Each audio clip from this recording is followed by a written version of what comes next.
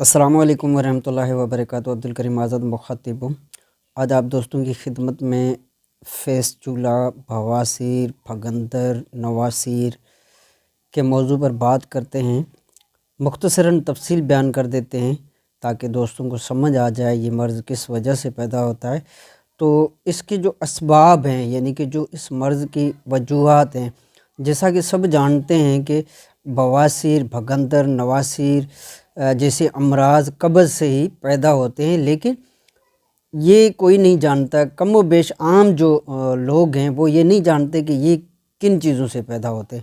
تو سب سے پہلے جن چیزوں سے یہ مرض اپنی جڑیں پکڑتا ہے، یعنی کہ اس مرض کی ابتدا ہوتی ہے، اس میں بکثرت یعنی کہ کثرت سے بد پرہیزی، جیسا کہ تلی ہوئی بھونی ہوئی چیزیں، آلو، گوبھی، دہی، لسی، اس طرح کی چٹپٹی چیزیں، اچار، بنا ہوا گوشت، مچھلی، سموسے، پکوڑے، اس طرح کی جو چیزیں ہیں، باجرے کی روٹی ہو گئی، مکئی کی روٹی ہو گئی، تو اس طرح کی جتنی بھی غذائیں ہیں ہم بکثرت استعمال کرتے ہیں، کڑھائی گوشت ہو گیا، یعنی کہ جو بھی تلی ہوئی بھنی ہوئی بادی چیزیں ہیں، آلو ہو گیا، گوبھی ہو گیا، اس طرح کی جتنی بھی چیزیں ہیں، ان سے ابتدا ہوتی ہے اس مرض کی۔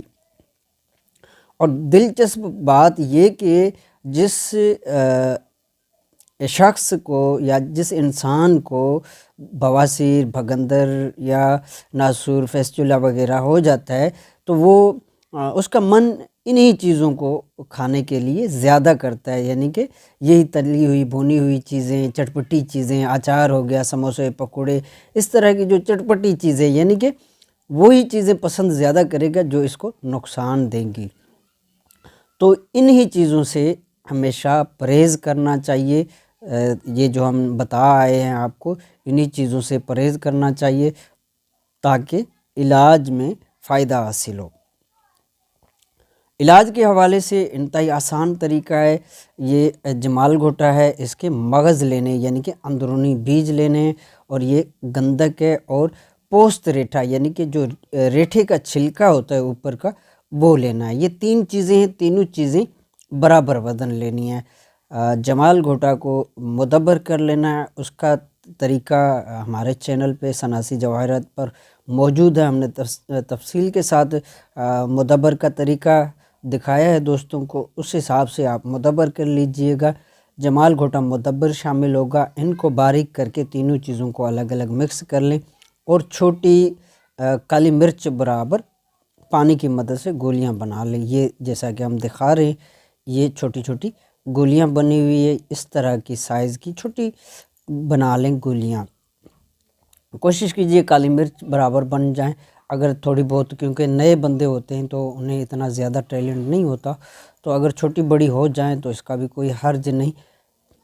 تو یہ گولیاں جو ہے استعمال کی جائیں گی، کیونکہ یہ تیزابیت، بد ہضمی، گیس، اس مرض میں یہ چیزیں پیدا ہوتی ہیں، یعنی کہ معدے کے اندر ایک قسم کا تیزاب بنتا ہے جو کہ 75% تیزاب بنتا ہے، تو اس وجہ سے اس مرض کی ابتدا ہوتی ہے۔ یہاں سے نظام ہاضم خراب ہوتا ہے، جسم میں خشکی، سردی غالب آ جاتی ہے، یعنی کہ یہ جو مرض ہے یہ خشک سرد مزاج کا مرض ہے، جسے عام طور پر خشک سرد آیورویدک میں وات دوش کی وجہ سے پیدا ہونے والا مرض ہے۔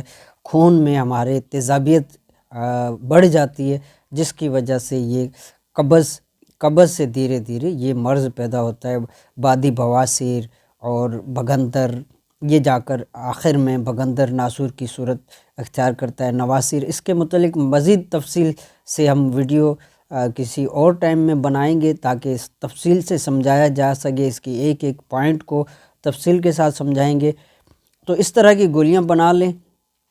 یہ ایک گولی ناشتے کے بعد دودھ کے ساتھ استعمال کریں، یعنی کہ کم و بیش 1 گھنٹہ کا وقفہ ہو درمیان میں، یعنی کہ ناشتہ کرنے کے 1 گھنٹے بعد ایک گولی، اور اسی طرح ایک گولی رات کو سوتے وقت استعمال کریں دودھ کے ساتھ۔